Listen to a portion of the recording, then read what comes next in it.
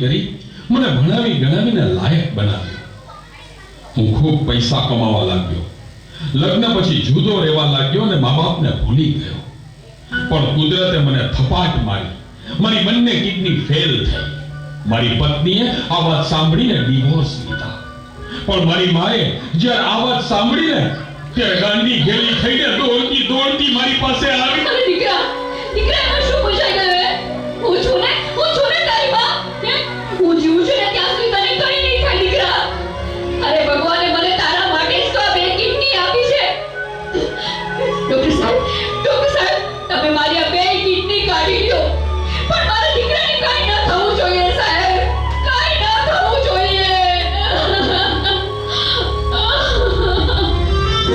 માછી મોટું કોઈ નહીં મળે ને હોય કણકસ કે જગદીશ સૌ કોઈ ભલાવે શીશ અંબા આગળ હાલી જા.